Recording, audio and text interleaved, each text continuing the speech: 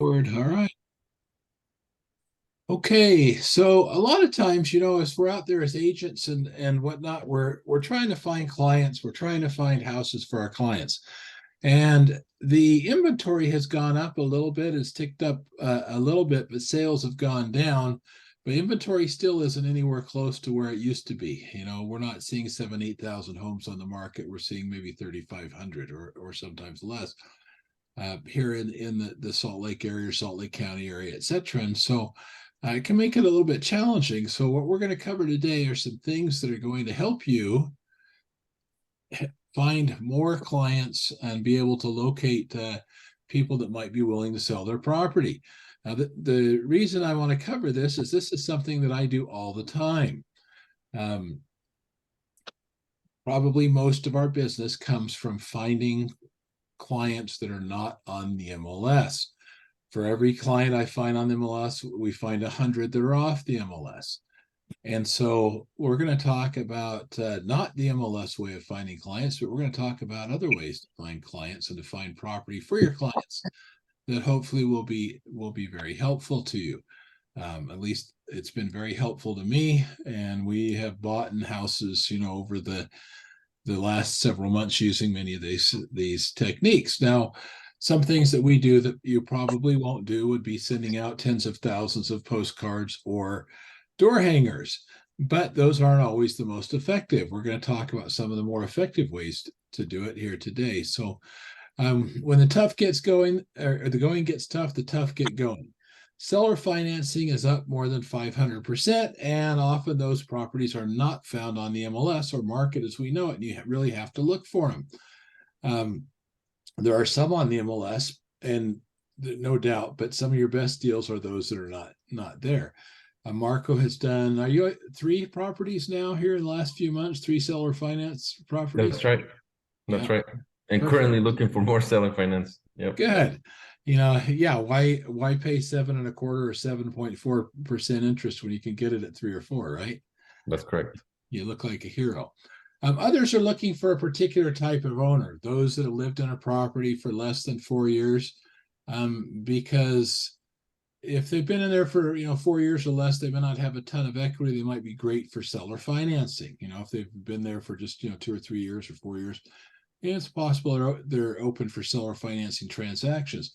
Those who are late on credit card payments, these are searches you can do through a credit source um, online. Those who are late on house payments, those who have been in their home for more than 10 years. This is things that title companies can get you. And have got this from our title company. Those have been in their home for more than 10 years and are 60 plus, because we found that that's the sweet spot, it seems like, where most people are selling. Those that have certain types of loans that could be assumable, FHA or VA. One of my agents, Nick, focuses on VA loans. And so he has been closing about one a month there. He goes out and finds VA homeowners, and he's got a list of VA buyers of people that are ex-military and like myself, etc. They're interested in a VA home loan because those can be assumed, and they're 2% interest. So that's always a nice spot to be, is in a 2% interest rate. And then others are looking at rundown houses because they have motivated sellers and landlords. Show me a landlord, and I'll show you at least somebody who has been thinking about selling, myself included. Some people, like I don't see Kim here yet, but some people have a client already, but they need inventory. They need inventory off the MLS because there's so little inventory in their area. So right now, Kim is working with the client, and she's knocking doors, trying to find a million, $1 to $2 million property for her client in specific areas. And so she has asked me to help her find a few people, and this is why I'm teaching this quick little class. And thank you. There's Trevor up there in the green. Trevor's amazing. They're one of my favorite people, and part of my team, a valuable member of my team, probably one of the most valuable members. So um, some people are looking to contact upside down homeowners. Those are, we're starting to see a little bit of a resurgence in people that might be going into foreclosure. There's, there needs some help, etc. And some are going to combine several of these lists into a super list for agents and investors. So it might be rundown properties and people are behind on payments, etc. And there's a lot there it gives you the super list that is ideal. In today's example, we're mostly looking for addresses and then how to put an owner with them. So some agents will make a list of dilapidated houses and, driving for dollars. You can actually go online, if you go to, realestateskills.mykajabi.com, you can see that down there at the bottom. They've got a system for doing it. There's a whole bunch of systems out there. There's apps, so Deal Machine, RE Simply, PropStream, Batch Leads, Property Radar, Propaleo. All of these can help you if you're doing a driving for dollars list looking for rundown property. And then I'll show you one way you can do it. Actually, with some of these, you can do it on Google Maps. So let me bring this one over here. Marco, can you see picture of houses there? Yes. Okay. So Google Maps, like this one, you can look, I usually say if it's within a year or so, you're pretty good. Down here at the very bottom of the map, you might not be able to see that, but it tells you the date of the image capture, which in this case was August 2022. In this case, the house still looks like this. This is 9941, Anemone Lane. Remember that one. We're going to come back and look at that one. So some people, instead of driving down the street and using one of those apps to, put a pin in, specific addresses, they're going to go down the street virtually. And so, we come up here and we're looking for houses that maybe have rundown roofs or yards. Okay, here's one. Let's look at this one. So here's another one here. This is on the corner of Anemone and Sumter Street, but you can see it's got something that was started a long time ago because the wood is silvered, not, that new. The yards run down, etc. And so that'd be one that you might want to look at because you find out, who the owner is, whether it's somebody there or it's a landlord, owned property and somebody's renting it. Because if that's the case, you're going to find motivated people. And so we can look up here and it looks like, this street's got quite a few on it that might be, overgrown, etc. And so that's a way of going, doing it digitally for dollars. And this one here, like I said, was last August. So let's go back to that Anemone one. We had 9941 Anemone. And so we're going to convert the information into useful information. So here is where we're going to go to Utah Real Estate. Now, you can go right to the county recorder. However, the county recorder sites are often very glitchy and they're not very effective. I tried one today and it wouldn't, it would just kept getting hung up on the number. It wouldn't show me the right number of the house. It didn't pull the right number of the house up despite that being the number. And so usually what I do is I'll go on the MLS first. And I'm going to, maybe I'll put in the street name or you can put in the owner name if you know it. But if you know the owner name, you don't need to be here. A lot of times you just put the house number or an address range in. But this one is Anemone. It's in Salt Lake County. It's a street that, isn't very long. And so we're looking for 9941. So I'm going to come down here and I'm going to say, okay, 9941, Eric Voldness. So I'm going to click on this here. Now, the MLS, why do I not just, work with the MLS? Well, it doesn't give me enough information. And often the owners are old owners. So it's not always up to date. But what I'm going to capture off of here is I'm going to capture this number right here. That is the parcel number. I know what the guy's name is, and then I can go, there's two ways to do it. I can either, go right to the county outside of the MLS, or I just click here and I hit the recorder homepage and click on, can you see the recorder's office on there, Marco? Yes. Okay, click on data services. and then log into data services for pro account users. And I think it cost me maybe a couple $100 to get set up, and a penny or two a page. But we log in there, and then you have your searchers. You can search by owner name, but again, we're interested in the property more than the owner. Property first, owner second. So since I have the parcel number from the MLS, I'm going to paste it in there. And usually I get rid of the dashes, because it seems to work better that way. And it'd be nice if everything was uniform, but all right, now let's do a search.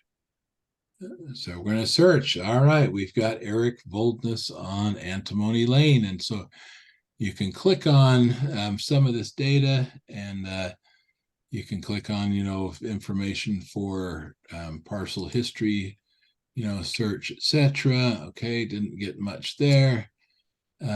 Or chain of conveyance, etc.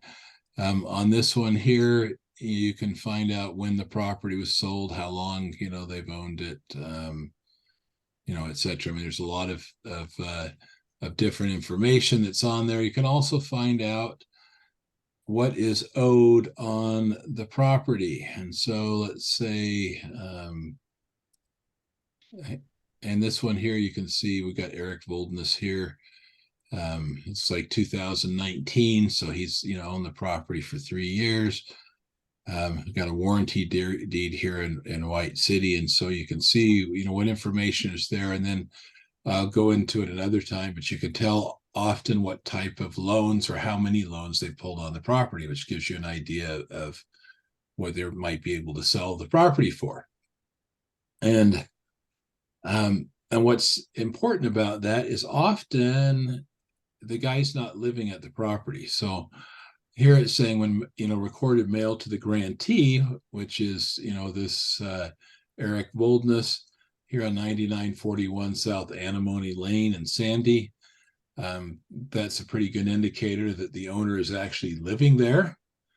But sometimes this might be something else. It might have a Park City address, an Ogden address, a Provo address, or might be out of state. And so it is, essential to look and not to trust anything, just because, and we'll look at another one there on Antimony as well, to find that information. But because it's always a case of, research your data and then verify your data. It's like being a historical, wizard, where you're trying to look at history. You're looking at original citations, and you're focusing on who is really there. And so that's what we want to know, who is there. So let's look here. So we got Eric Voldness on that one. And let's see, let me pull up Google Maps. And you can try different, different maps, Google Earth, Google Maps. They're not always the same, which is interesting, because they seem to have different dates on the bottom. And so for me, that, that's kind of a big deal. But let's see here. We want to draw that picture up to Antimony here. And oops, did I get Antimony or? Yep, there we go, right in there. So we'll go back in, and I'll hit that other one on the corner that's on Antimony,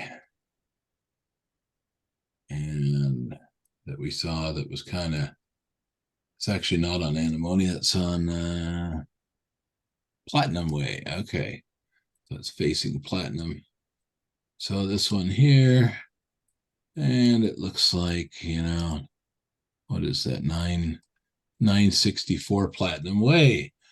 So I can go back in there and say, okay, let's look at that one. Now, some of these services like Deal Machine, etc., they'll pull up information that'll tell you who the owner of record is, at the county. And it's a service, and it costs you anywhere from $79 to $120 a month, depending on how many people are using it, how long you want it, etc. But that was 964 East Platinum Way. So we'd go to a search on the MLS. We do tax data search, and I'll show you what an address looks like. So it's going to be say 950 to 970. If you couldn't remember exactly, just Platinum Way, and we'll do this little search here. So 964 Platinum Way, we've got Anthony T. Travis. And again, you know, we're going to look here and see it's owner occupied property, it says, so that's good. And, you know, we can go back to the Salt Lake County Recorder and search in there. And so there we are in Platinum Way. And we can just click on that and see what information we've got. And, you know, go to parcel data and documents here. Okay, come on. There we go. So if you look at parcel data and documents, last time we just looked at, you know, chain of conveyance, but parcel data and documents is significant because if I'm going to look at a property, I want my team or myself to have looked and see, you know, what does the guy own on, you know, the property? How much do they own? How long's it been there? You know, it looks like there was a trust deed for $50,000 in, you know, consideration. We can go back there and look and see, you know, if he's borrowed other money or when he borrowed other money. It's 15. This guy's owned it for, you know, quite a while. Looks like, you know, 15,000, you know, 50,000, etc. So who knows? Maybe somebody's just living there a long time, doesn't have a lot of money, and that's why their yards run down, you know, the way that it is. But you get the picture that you can find out often here when you're looking. You can see if it's in default as well, because there'll be a notice of default.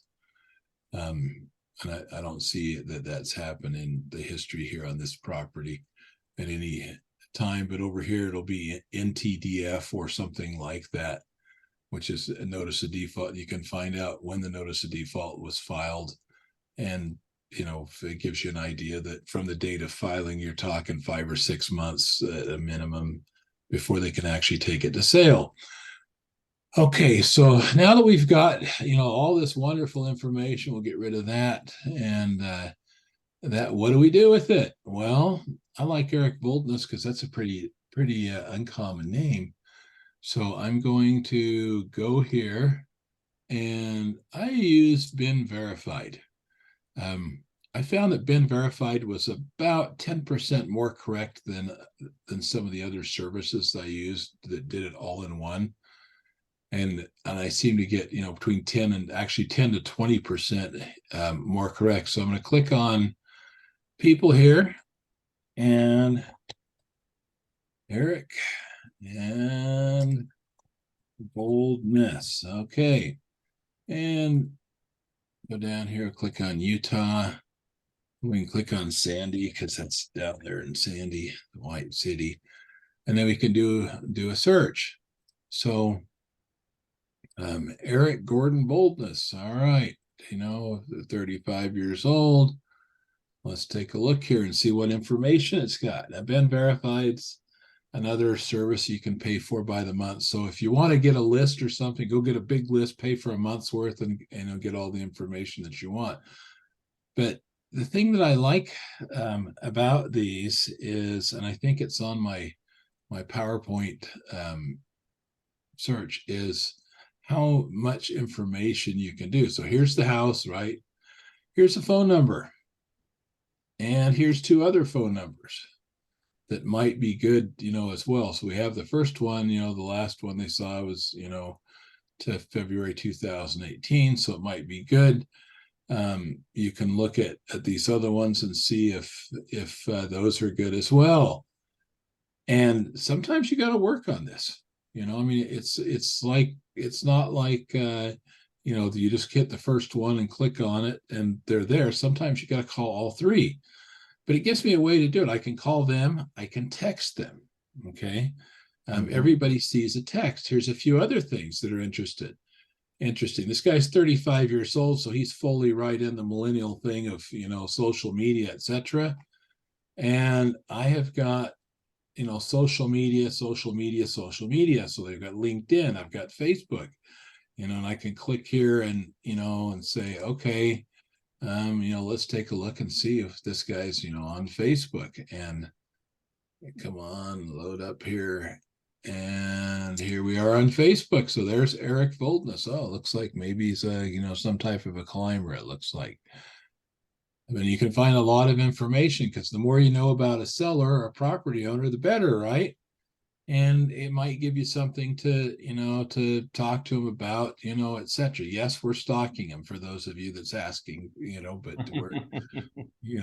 we're stalking them, right? I'm going to find out anything that I can find out about this guy, just to see. But what can you also do on Facebook? You can reach out there and message him. So you can say, hey Eric, if you've got a house on Anemone Drive, have you thought about selling? Or I've got a buyer, I own a house nearby, have you thought about selling? And so that's something that you can do, but it gives you a way to contact him. And that's what we're looking at doing. It's like you can hit him on LinkedIn, more information, right? There's a lot of LinkedIn here. Let's see, where he's worked at, 9941 Anemone, etc.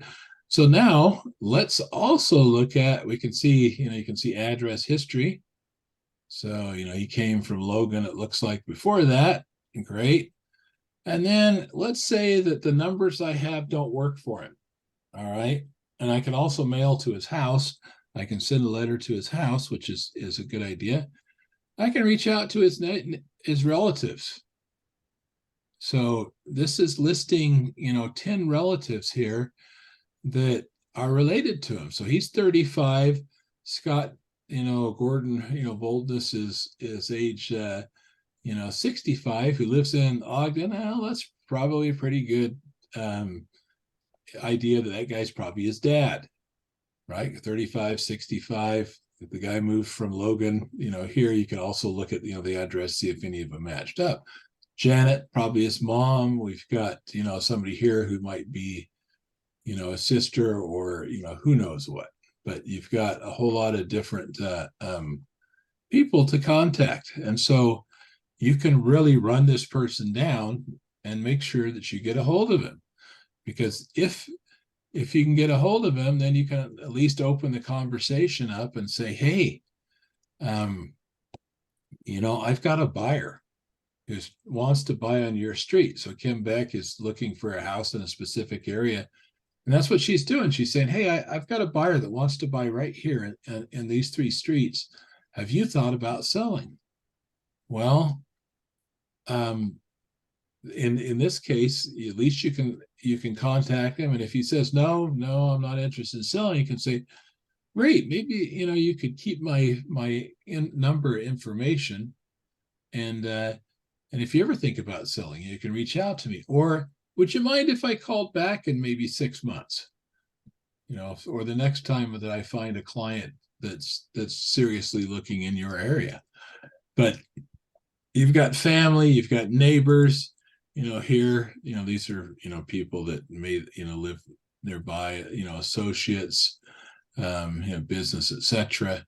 And, you can even, sometimes find out, I haven't found this to be, super up to date, but I can see if he's ever filed, for bankruptcy. And so there's no bankruptcy there, but sometimes that can be helpful. Like if it's a notice of default property, etc. And so, so that's a lot of information that you can get, but it works out very nicely because, we can text them, we can call them, we can send video emails.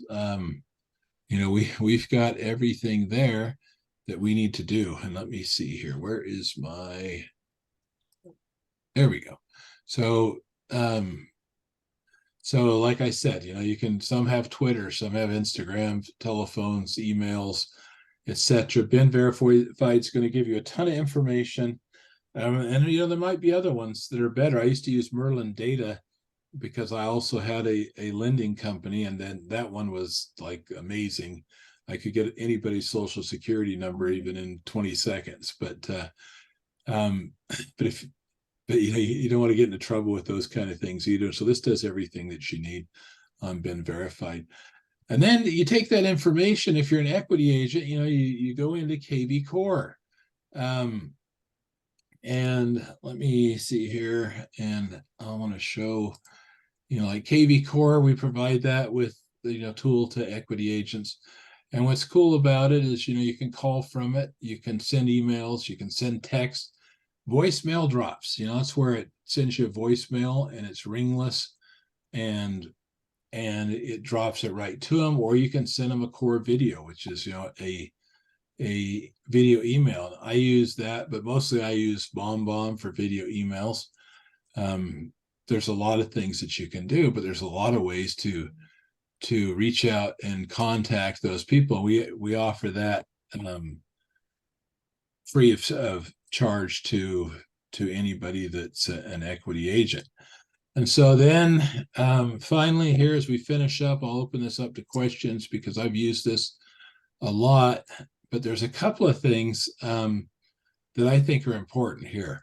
If you're out looking for property, let's say you're looking out for, for a castle, because I had an agent call me and say, hey, Randall, I'm out looking for this really nice property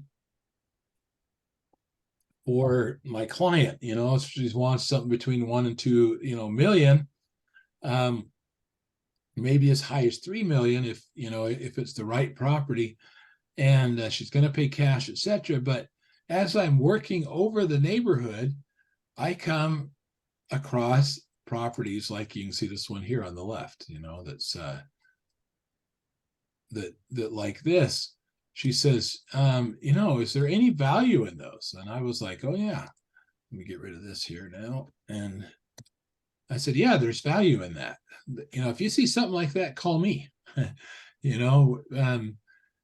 Trevor, William, and I and our team, we're flipping 10 properties, sometimes at any given time. But I think we've got about 10 properties this month in Utah, and then a 5-plex going in Evanston. But ourselves or other investors, somebody will pay you for that. There's somebody that's going to pay you for that lead. And so if you're an agent going along, you want to take advantage of your time, and maybe it's not in your bailiwick, maybe you don't know all of the rehabbers and flippers out there, but send it to somebody. I had one of my agents sent me a property out in Tooele, and I paid him 3 times what the commission would have been for the property, because it was a good deal that he brought to us. And so if the numbers work, and you can pick up the property at the right price, there's money there as well. So never step over dollars. And for those that really want a deal today, one thing that we'll talk about in the future is door knocking. Door knocking, I think, is the quickest way to a deal, because all marketing, what we talked about today, everything else is all designed to get you a face-to-face meeting with a motivated seller. And so I personally have averaged about 3 hours to a good solid appointment with a motivated seller, somebody that's interested in selling. And so there's a number of people that do this. Most people don't like to do it. According to NAR statistics, less than 1%. So I'm assuming that's like half of 1% of real estate agents will knock doors. So as Vince Lombardi said, run where they ain't. So if everybody else is chasing down other avenues, door knocking is also something good that you guys can do as well. And if opportunity is not knocking, then you need to keep knocking until a door opens.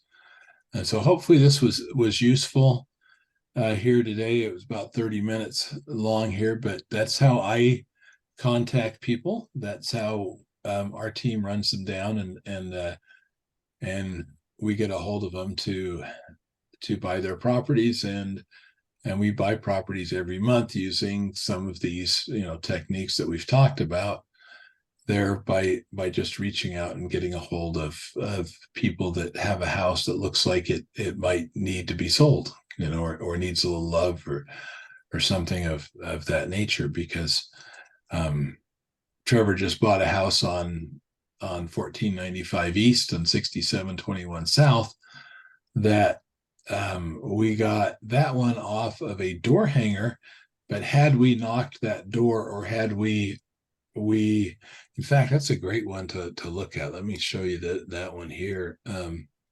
So it's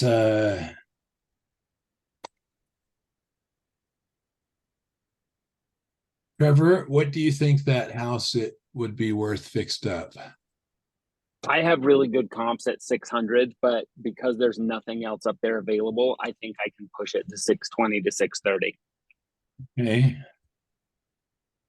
All right. And there's kind of a hole in the market up there where there's nothing on the market available for sale for a while, for like a good chunk around there that isn't a condo or a townhome. So when you have an actual house, that gives it value, and you know that it's a decent 4-bed 2-bath house. When we're done with it, it'll be 4 beds 2 bath with a garage, and you're right off the freeway, right beneath the canyons. It's a really cool spot, but you can't buy anything over there for less than 700. And this is a smaller house than those $700,000 houses, but at the price 600 to 620, that's a steal. yeah, it's a nice place. And if you look at this here, you can tell, you look up and down, we look down the street, the yards are decent, etc. This one's got a roof that needs some love. It's got, the front yard is dry and dead and desiccated, etc. But anybody, and you met with her, I met with her initially, really nice lady. You met with her. I mean, wouldn't it be fair to say that anybody that had reached out and contacted her, she would have taken a serious look at selling her house to? Yeah, I think so. And I mean, I don't know how much you want to share about the rest of her situation, but she had a specific legal need that we had experience with and could help her resolve, which Right. is why she ended up selling to us and at a very decent price for us. And what's interesting is, so and that decent price was 420,000. Yeah. So it was really good. But there was a divorce, it was involved. And we did what we always do. Hey, you'll get the most money if we list it for you and put it on the market, and and then it's just, well, it needs some repairs. I said, we'll loan you the money, and then we can take it back at closing. She didn't want to do that. She just wanted the easiest way to do it, which was selling it to us. Wouldn't that be a fair summation there, Trevor? Yeah. Yeah.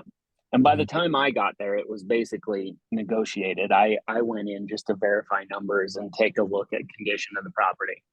Yeah. I had already tied that one up, but but that's it, and so she's happy, and you can see that property, right, Marco? Is that? Yes. Yeah, okay. All right. I want to make sure that it was there. So, I mean, when did we close that one? 2 weeks ago, Trevor? Yeah, it's been about 2 weeks. I've had the guys over there to clean it out, get all the carpet and staples out of the floors. We had cleaners there on Friday and Saturday, and I'm ready to take pictures, and we're going to see if we can sell it as is even. Yeah, no, so it's good. I mean, there's just a lot of stuff out there, and so even in this market, there are good things out there that you can find as an agent. You just have to do things that not everybody else is doing. If you're sitting on the MLS and just waiting for something to come up for a client, or waiting for clients, you're going to be waiting a little bit longer than you may want to. It's better to just go out there and create that business, create that deal, and create that security for yourself and help people out. This lady was so happy that we took care of this problem for her. We got our attorney in there to handle the legal problems, and to look over the divorce decrees, etc. And the husband signed off. He was happy at the price. She was happy at the price. Everybody was happy at the price. They just wanted to get it done. And so I think that this one here, you could have taken to, like I said, take it to an investor, take it to somebody like me or Trevor or anybody else, and they would have been happy to to take care of it. I mean, yes, it needs some work, but we're happy to do the work. You might need a roof and some paint and carpet and new kitchen and bathrooms and whatever else in there. But it's an opportunity, and if that's not in your bailiwick, then you just reach out and say, this property looks like it's a little run down, but the lady's willing to sell, or the person's interested in selling. Even if that's all you do, you can contact us, and you'll make money on it, because we're always happy to pay anybody. And in fact, when we go under, one thing we do to motivate, that Trevor does to motivate other agents to work with them if they bring him something, is as soon as he goes under contract, he'll give $1,000 non-refundable, and so it's like a bonus on top of commission, etc. And so it's just about being creative. But today was not focused on sending business to Randall or anything else. It's just to show you that these things actually work, and these are tools that you can use to locate people and to contact them. So I'm going to stop sharing the screen. And are there any questions? Randall, I got a question for you. Yeah. So if you can't find their phone number, do you send them a letter or something like that? Or well, you remember when we looked on Been Verified, I'm going to message them on Facebook. If they're on LinkedIn, I can do that. If they're on Instagram, I can do that.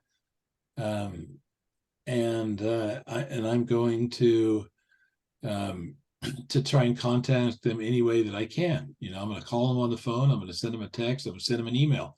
I mean, the guy's email was listed there as well, or at least past emails. And so I'm going to do whatever I can. And then if none of those work, I'm going to start hitting his family members up, for contact information. So it's about, getting the job done.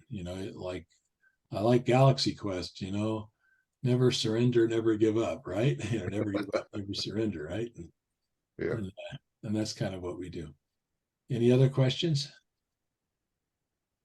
Randall, I have a question. So if I was in a pinch and I was trying to tie up a contract with a homeowner, I know you mentioned something about a trust that makes the contract assignable. I don't know if you want to go over that. That'll be a whole different topic, using a trust. Okay. And maybe we'll cover that one next week. Okay, sounds good. In fact, I think we could probably do that one. I could probably do an hour-long one on trust, but that would be awesome. And then so it's good to see people here. And then big shout out to Stefan. Stefan actually went up on the roof of this house.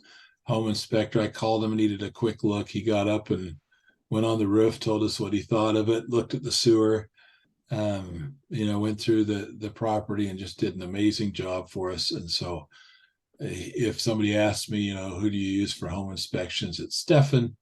And Stefan, what's your phone number? That's 801-931-1032. And thank you, Randall. You too. Okay, I just put it in there in the chat. And that, so 801-931-1032. So for Stefan. But yeah, there's business out there. Go get it. So have a wonderful week, guys. And I wish you the best of success. And there's, there's deals out there. You just need to go run them down. And it's funny, and I'll close with this little quick story, but I used to have this friend named Jay who was kind of built like a troll. He was about as wide as he was tall, and super strong. And everybody else would go elk hunting, and people are like, did you get anything? No. And we sat at our stand, for 2 days and didn't see anything. And Jay, we're up there in Oregon where we lived. It was always, a little snow, a little skiff of snow or an inch or two of snow during elk season. And so Jay would cut an elk track and he'd run that elk down. And, he might go for 8 or 10 hours, but elk don't move very fast unless, something's chasing them. And so he would literally run them down, and sometimes they'd be 10 miles away. But Jay always got his elk because, during hunting season, because he didn't wait for them to come to him. He ran them down. And so it's just a good thing to note that there are more than one ways to do things. But if you really want to create something or create business, you got to run them down. All right. Have a great week. I'm gonna find you a deal soon, Randall. Thank you. Sounds good. Find one for yourself. I want to have you see success. Take care, Marco. Take care. Thank you very much. Thank you for Bye-bye. this. Thank you. Bye. Thanks, Randall. You're welcome. Bye. Yes.